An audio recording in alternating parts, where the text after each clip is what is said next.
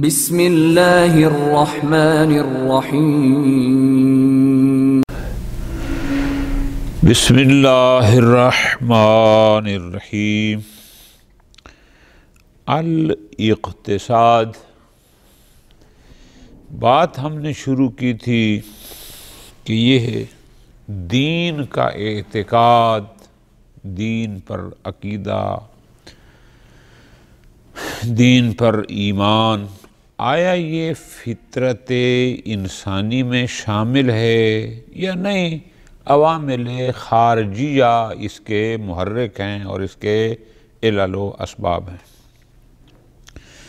گزشتہ درس میں ہم نے گزارش کی کہ اگرچہ ہم اس بات کے قائل ہیں کہ دین پر اعتقاد اور ایمان رکھنا، عقیدہ رکھنا، یہ انسانی فطرت میں شامل ہے، انشاءاللہ بحث ہوگی، لیکن بعض لوگ اس عقیدہ بالدین کو فطرت انسانیہ میں شامل نہیں کرتے۔ وہ مختلف وجوہات بیان کرتے ہیں کہ لوگ ایمان بالدین جو رکھتے ہیں، لوگ جو دین پر عقیدہ رکھتے ہیں، یہ اللہ کو مانتے ہیں، رسول کو مانتے ہیں، قیامت، جزا، سزا، فلاں فلاں، یہ جو دین سے متعلق چیزوں کا عقیدہ ہے، اس کی وجہ مختلف اسباب خارجیہ ہیں، فطرت نہیں۔ کیونکہ اگر فطرت ہو پھر وہاں سوال بنتا نہیں ہے، تو اس لیے وہ سوال اٹھاتے ہیں۔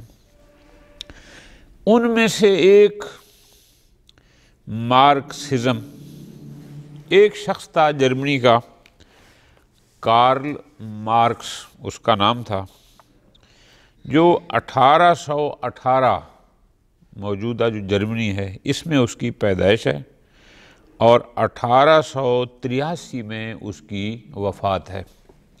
باپ اس کا یہودی تھا، پھر مسلمان ہو گیا، 12 بار مختلف پڑھتا رہا اپنے ملک میں۔ زیادہ تر اس کا جو برطانیہ ہے وہاں اس کا بڑا فلسفی تھا، لکھاری تھا، معاشیات کا ماہر تھا، نئے نظریات۔ یہ مارکسزم کا اس کو بانی کہا جاتا ہے، ٹھیک ہے جی۔ خوب انقلابی تھا اپنے دور میں، اور بعد میں وہ فوت بھی لندن میں ہوا اور وہیں ہوا۔ خوب اب یہ کارل مارکس کے جو نظریات تھے اس کی ساری بنیاد اقتصاد پر تھی۔ مارکسزم نامی ایک نظام بہت معروف ہوا پوری دنیا میں، ایک دفعہ اس کا بہت شور ہوا ہوگا، اب آج کل تقریباً وہ ختم ہو گیا ہے۔ اس سارے انقلاب کی بنیاد یہی اقتصاد تھا۔ وہ کہتا تھا کہ یہ دولت، یہ مادی چیزیں دنیا میں فقط مخصوص افراد کے ہاتھ میں کیوں ہیں؟ اس میں سارے لوگ شریک ہونے چاہیے۔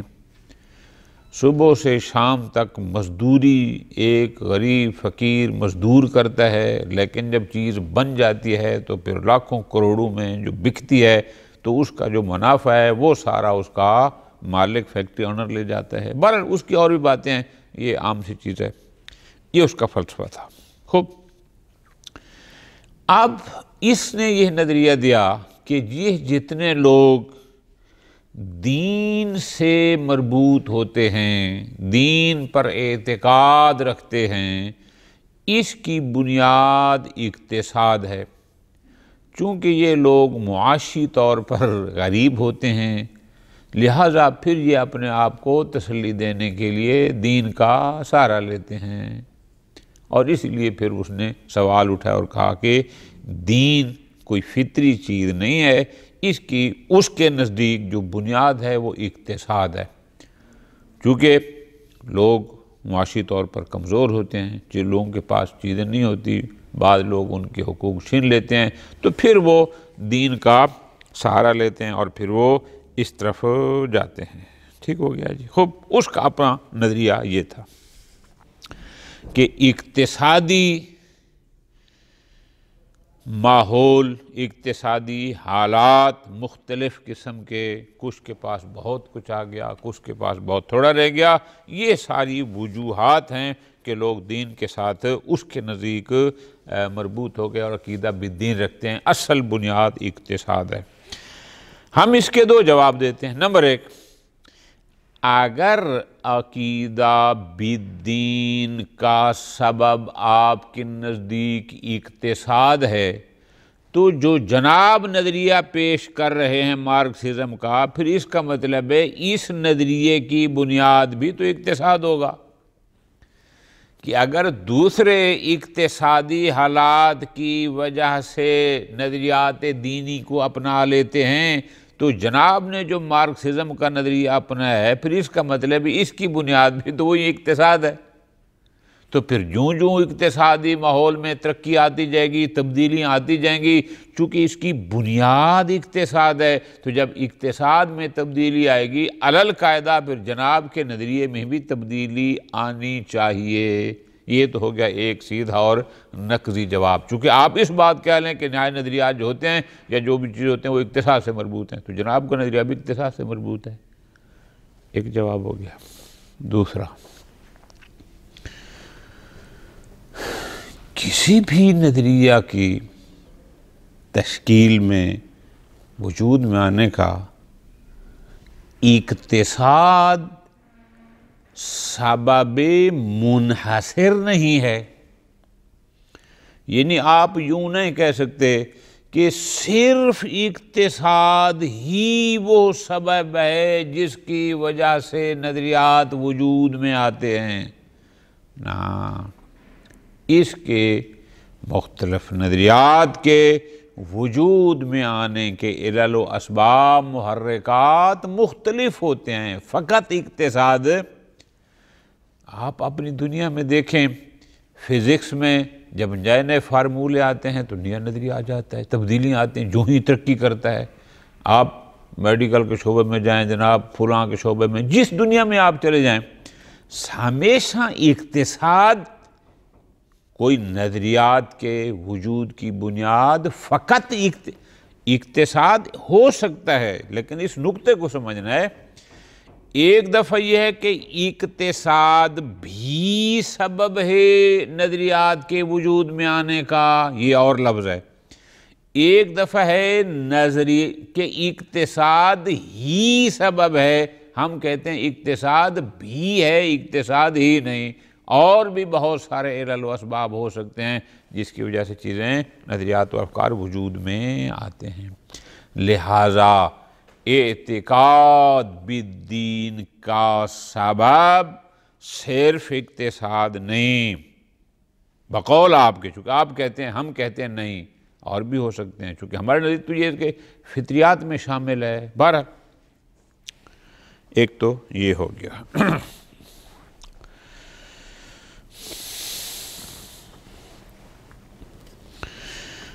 بعض حضرات ان میں سے یہ کہتے ہیں مارکسزم والے کہ اصل میں یہ جو دینی عقیدہ ہے یہ در حقیقت اقتصادی حالات کا رد عمل ہے، جس کہتے ہیں نا عکس العمل، کہ ایک طرف لوگ اقتصاد مضبوط سے مضبوط کرنے میں چلے گئے اور ان کا اقتصاد اور مالی حالت بہتر سے بہتر ہو گئی، تو اس کے رد عمل میں یہ اعتقاد بالدین آ گیا، چونکہ ان کے پاس اقتصاد نہیں تھا، اقتصاد مضبوط نہیں تھا۔ اور اس کی دلیل وہ یہ دیتے ہیں کہ آپ دیکھیں کہ جب بھی کسی بندے کی اقتصادی حالت بہتر سے بہتر ہوتی جاتی ہے، اس کا دین سے لگاؤ اتنا کم سے کم ہوتا جاتا ہے۔ تو اس کا مطلب ہے عقیدہ بالدین در حقیقت رد عمل ہے وضع اقتصادی کا، اقتصادی اور معاشی حالات کا۔ ورنہ اگر جس کے اقتصاد مضبوط ہو گیا تھا وہ پھر دین اس کا کمزور کیوں ہو گیا؟ وہ یہ کہتے ہیں۔ نقول مفسر قرآن دامد اللہ العالی اس کا جواب یوں بیان فرماتے ہیں، ذرا غور کرنا کہ آپ ذرا معاشرے میں غور کریں، توجہ کریں، صرف دین تو ایسی چیز نہیں ہے کہ جس کے اقتصادی حالات اچھے ہوئے اس کا دین کمزور ہوا. یہ بات فقط دین کے ساتھ تو نہیں ہے، بلکہ ایک محسوسات میں سے ہے. ایک ظاہراً چیز نظر آتی ہے کہ انسان کی طبیعت میں اس کی خواہشات مختلف ہوتی ہیں، یہ بات طے ہے، ہر بندے کو پتہ ہے. خوب، جب انسان کی خواہشات مختلف ہیں، تقاضاہائے بشری مختلف ہیں، تو یہ بات واضحات میں سے ہے جس کو ہم دیکھ رہے ہیں کہ جب اس کی کوئی ایک جہت بہتر ہوتی ہے دوسری کمزور ہو جاتی ہے. یہ بات فقط دین کے لیے تو نہیں ہے کہ جس کا مالیات مضبوط ہوں گے اس کا دین کمزور ہوگا. بھائی انسان کے جتنے بھی دیگر جوانب اور تقاضے ہیں، جس میں بھی آپ دیکھیں گے کہ ایک لحاظ جہت اس کی مضبوط ہوگی دوسری خود بخود اس کی کمزور ہو جاتی ہے. تو آپ صرف دین کو کیوں کہتے ہیں کہ جس کا اقتصاد مضبوط ہوگا اس کا دین کمزور ہوگا؟ ایسا نہیں ہے.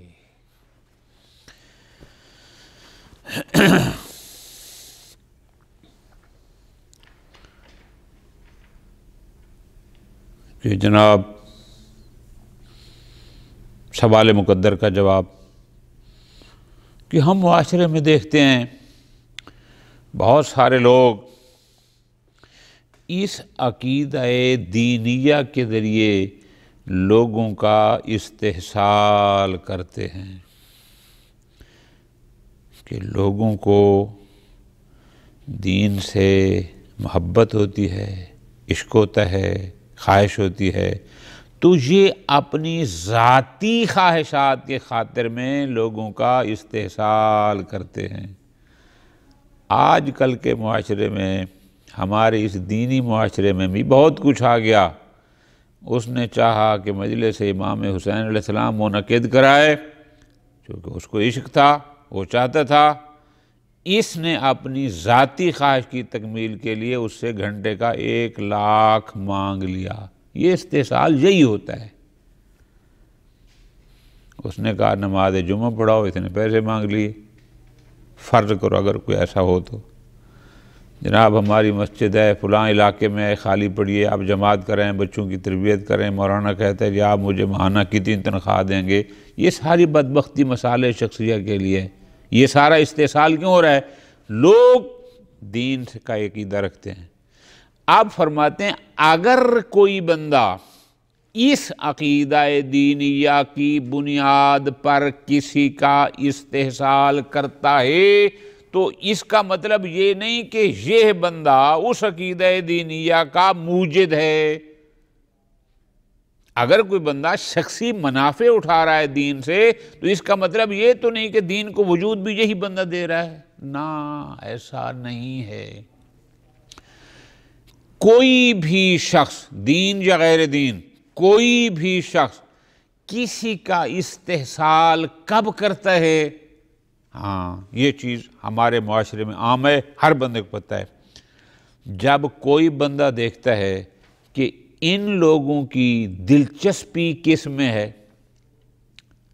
ان کا عشق کس میں ہے، یہ کس چیز کو پسند کرتے ہیں، بس جب وہ چیز سمجھ لیتا ہے پھر ان کا استحصال کرتا ہے.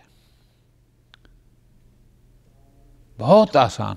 ہم اپنے معاشرے میں دیکھتے ہیں جب ایک بندہ دیکھتا ہے کہ یہ بندہ فلاں گیم کو بڑی پسند کرتا ہے، جب وہ اس کو دعوت دیتا ہے تو یہ پھر اس سے کئی گنا زیادہ اجرت مانگتا ہے. کیوں؟ اس کی کمزوری کا پتہ ہے. یہ استحصال ہے. یہی ہوتا ہے. اور اس کی آسان مثال اگر آپ نے سمجھنی ہے کہ جب ایک ڈاکٹر کو پتہ ہو، اور آج کل یہ ہمارے معاشرے میں عام ہے، جب ڈاکٹر کو پتہ ہو کہ اس کا بھی علاج میرے پاس ہے، یا یہ انجیکشن میڈیکل سٹور والے کو پتہ ہو کہ میرے علاوہ کسی کے پاس نہیں ہے، وہ من مانی قیمت وصول کرتا ہے. یہ استحصال ہے. لیکن اگر کوئی بندہ کسی کی کمزوریوں کو سامنے رکھ کر اس کا استحصال کرتا ہے، اپنا شخصی مفاد اٹھاتا ہے، تو اس کا مفاد پرست ہونا اس بات کی دلیل نہیں کہ اس نے اس میں اس شے کو ایجاد کیا، نہ، وہ تو پہلے سے اس کی موجود تھی۔ تو پس اگر عقائد دینیہ کی بنیاد پر کچھ لوگ دیگر اہل دین کا استحصال کرتے ہیں تو اس کا مطلب ہے لوگوں میں دین کی رغبت موجود تھی، اس نے اس سے شخصی فائدہ اٹھاتے ہوئے ان کا استحصال کیا، نہ کہ اس نے اپنے شخص خاطر ان کے دل میں دین کی رغبت پیدا کی۔ ایسا نہیں ہے، تھی پہلے سے، زمینہ ہموار تھا، اس نے آ کر اس سے فائدہ اٹھایا۔ اب ان باتوں کو غور کریں گے تو بات سمجھ آئے گی۔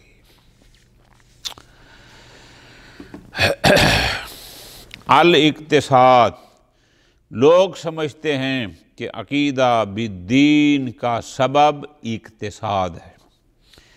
فرماتے ہیں یرل مارکسیون، مارکسزم کے قائل جو لوگ ہیں ان کا خیال یہ ہے کہ ان الوضع الاقتصادی، اقتصادی صورتحال، کوئی امیر ہے کوئی غریب ہے، وتطور وسائل الانتاج، تطور کہتے ہیں ترقی کو، وسائل انتاج یعنی پیداواری وسائل کی ترقی، کہ پہلے جناب کپڑا ہاتھوں سے بنتا تھا، پھر اس کے بعد کھڈیاں لگ گئیں، پھر اس کے بعد فیکٹری، پھر اس کے بعد اور فیکٹری، یہ جو پیداواری وسائل کی مسلسل ترقی ہو رہی ہے، بنیت تحتیہ، یہ اصل ابتدا ہے، بنیاد ہے، وہ جو پہلی اینٹ ہوتی ہے، خشت اول ہے، کہ تترتب علیہا، اس بنیاد پر مترتب ہوتے ہیں جمیع ظواہر الاجتماعیہ، یہ جو اجتماعی معاملات، حکومتیں بنتی ہیں تو اسی پر، لوگ مادی ترقی کرتے ہیں تو اسی بنیاد پر، کچھ پیچھے رہتے ہیں کوئی آگے، تمام ظواہر اجتماعی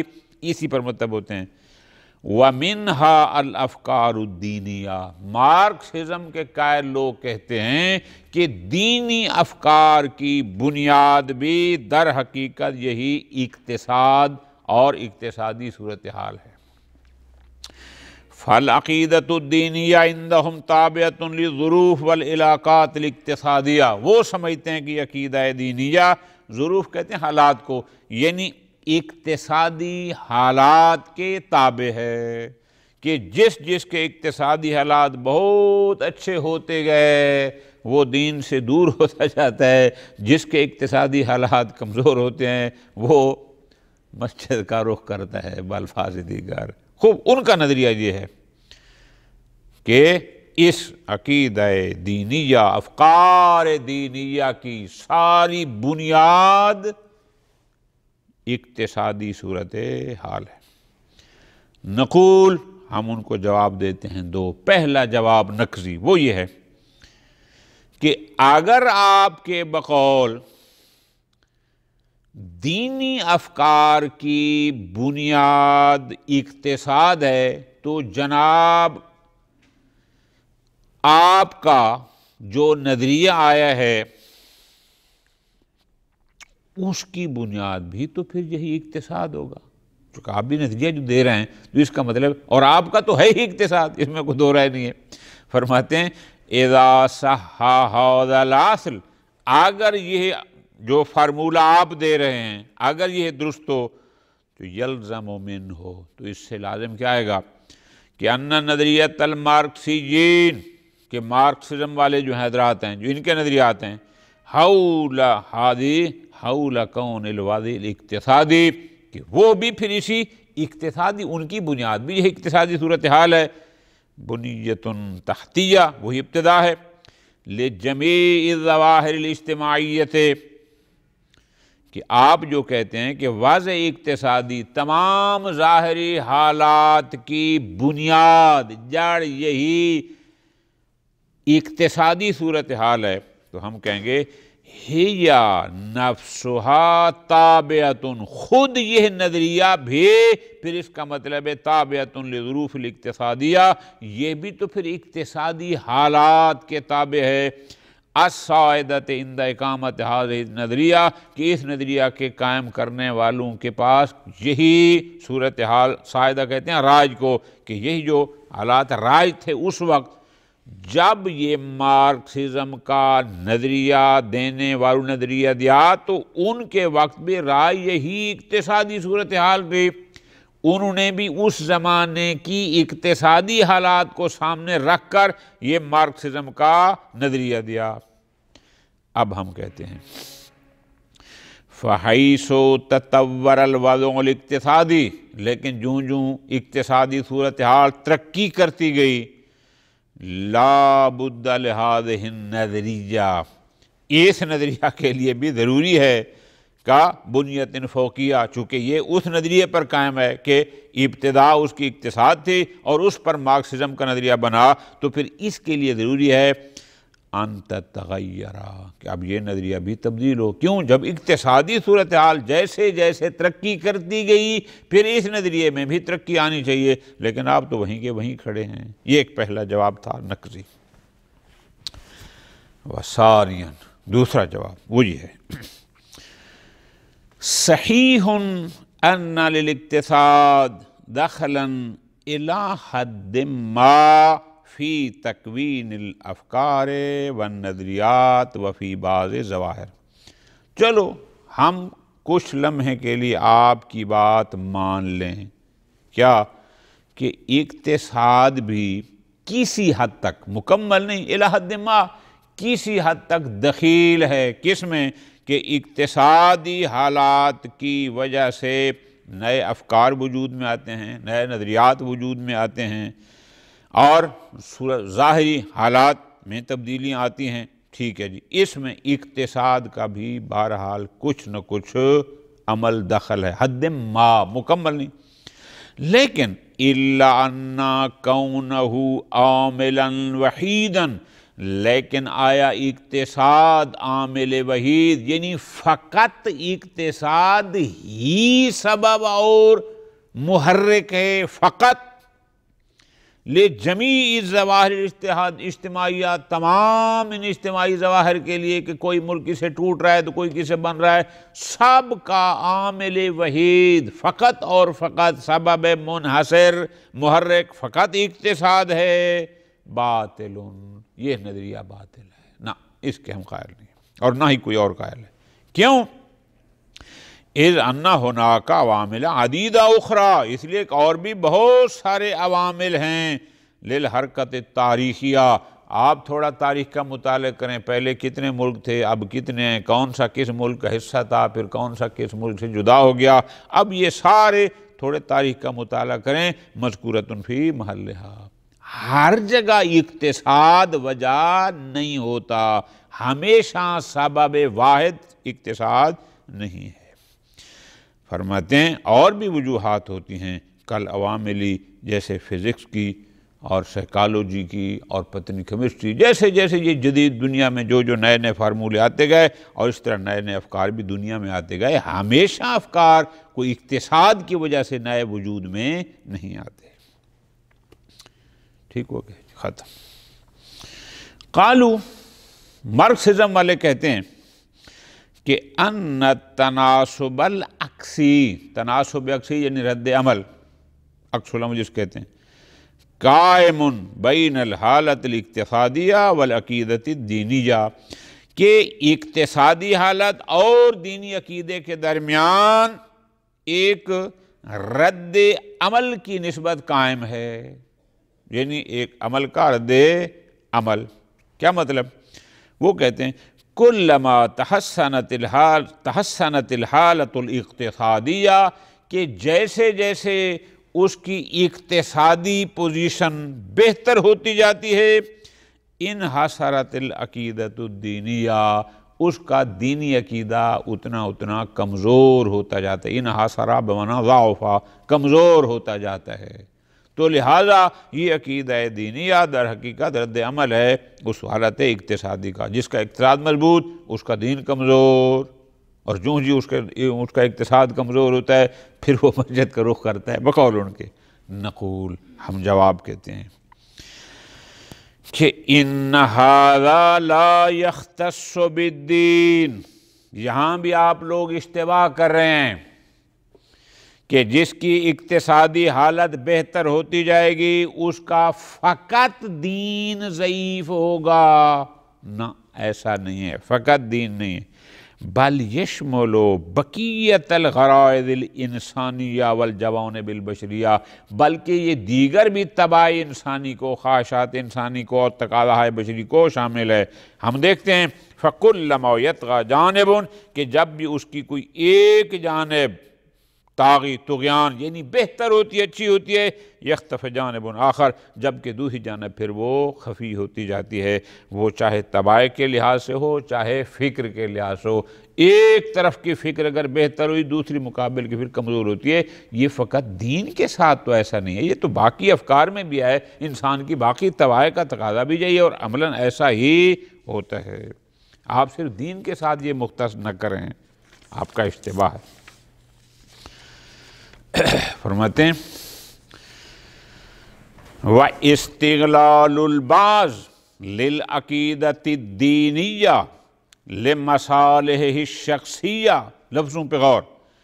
بعض لوگوں کا عقیدہ دینیہ کے ذریعے مصالح شخصیہ یعنی اپنی ذاتی مصالح کی خاطر استغلال، دوسروں کا استحصال کرنا، دوسروں سے فائدہ اٹھانا دین کے ذریعے سے، لا یکون دلیلا علی ان الدین مخترع من ھذا المستغل.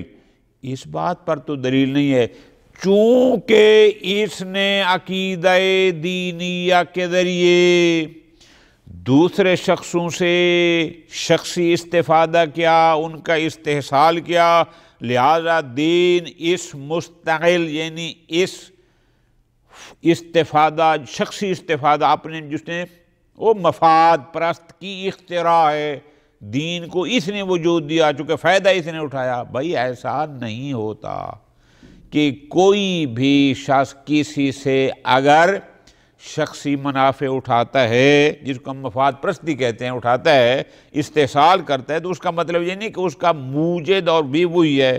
ایسا نہیں ہے کہ ان الدین مختارعون کہ دین من ھذا المستغل اس مفاد اٹھانے والے، اس مفاد پرست شخص کی ایجاد کردہ چیز ہے. ایسا نہیں ہے. فرماتے ہیں کیوں؟ اس لیے کہ آپ معاشرے میں دیکھتے ہیں فَلَوْ اسْتَغَلَّ أَحَدٌ الطِّبَّ لِمَنَافِعِهِ الشَّخْصِیَّةِ. اگر کوئی بندہ طبابت کو، میڈیکل کو، کوئی ڈاکٹر اپنی اس میڈیکل سے مفاد پرستی کرتا ہے، دوسرے بیچاروں کا استحصال کرتا ہے اپنی ذات کی خاطر، لا یکون دلیلا علی ان الطب مخترع من ھذا المستغل. تو اس بات کی دلیل تو نہیں ہے کہ پھر طب کو وجود دینے والا بھی وہی ہے. بھائی کسی شے سے مفادات حاصل کرنے کا قطعاً یہ مطلب نہیں کہ اس شے کو وجود بھی اسی بندے نے دیا، ایسا نہیں ہے. ہاں ہم سمجھاتے ہیں وہ کیا ہے.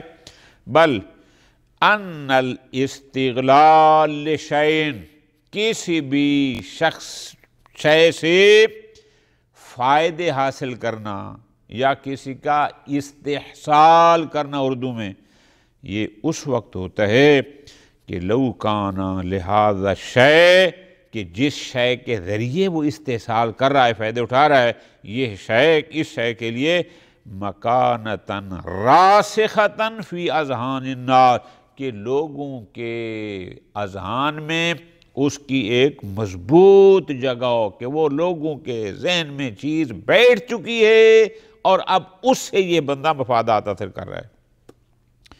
اب ہم آگے دیکھتے ہیں وَلِعَجْلِ أَنَّ الْعَقِیدَةَ الدِّینِیَّةَ مِنَ الْأُمُورِ الْفِطْرِیَّةِ، چونکہ عقائد دینیہ خارج از فطرت نہیں ہیں، فطرت انسان میں سے ہیں، یہ امور فطریہ میں سے ہیں.